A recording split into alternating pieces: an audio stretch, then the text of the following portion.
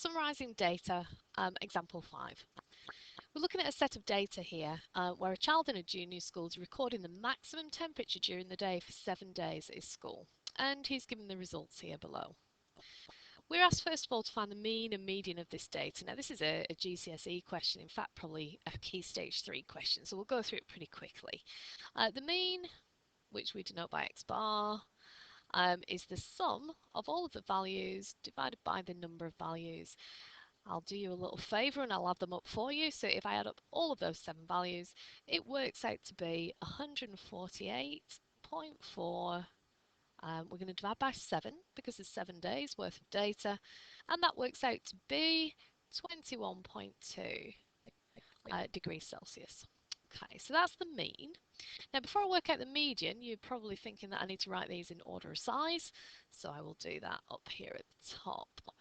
15.7, 16.1, 16.2, 16.7, 17.4, 18.6, and then this unusually large value, which we call an extreme value or an outlier, 47.6 degrees. I'm not quite sure that's accurate, but never mind. So the median, remember we start by working out n over 2. Remember that rule on page 4? 7 over 2, that works out to be 3.5.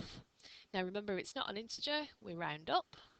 So we're going to round that up to the 4th value. 1, 2, 3, 4.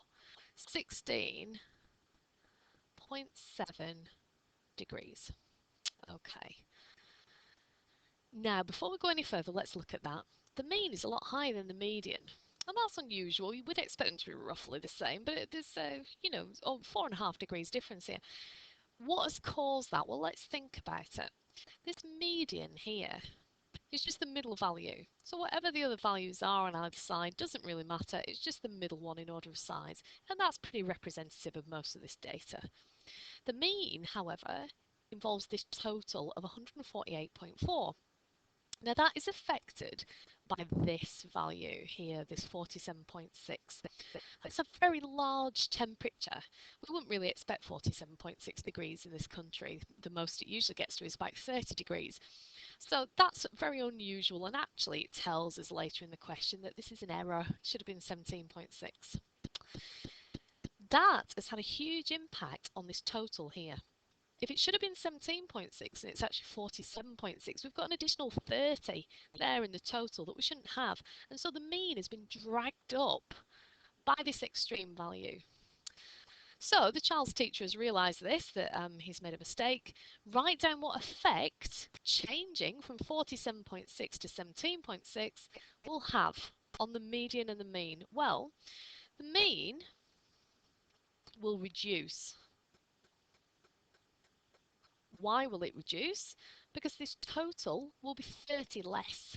So before we divide by 7, we'll be taking 30 off there. It should actually be 118.4, which we're dividing by 7. So the mean will reduce as the overall total will reduce by 30. The median, how I think about it, what will happen to the median? Well, the median is unaffected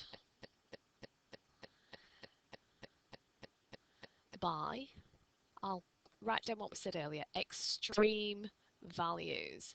And actually, if we change that to 17.6, that value would actually be here in the list, and this one would still be in the middle. So the median isn't affected.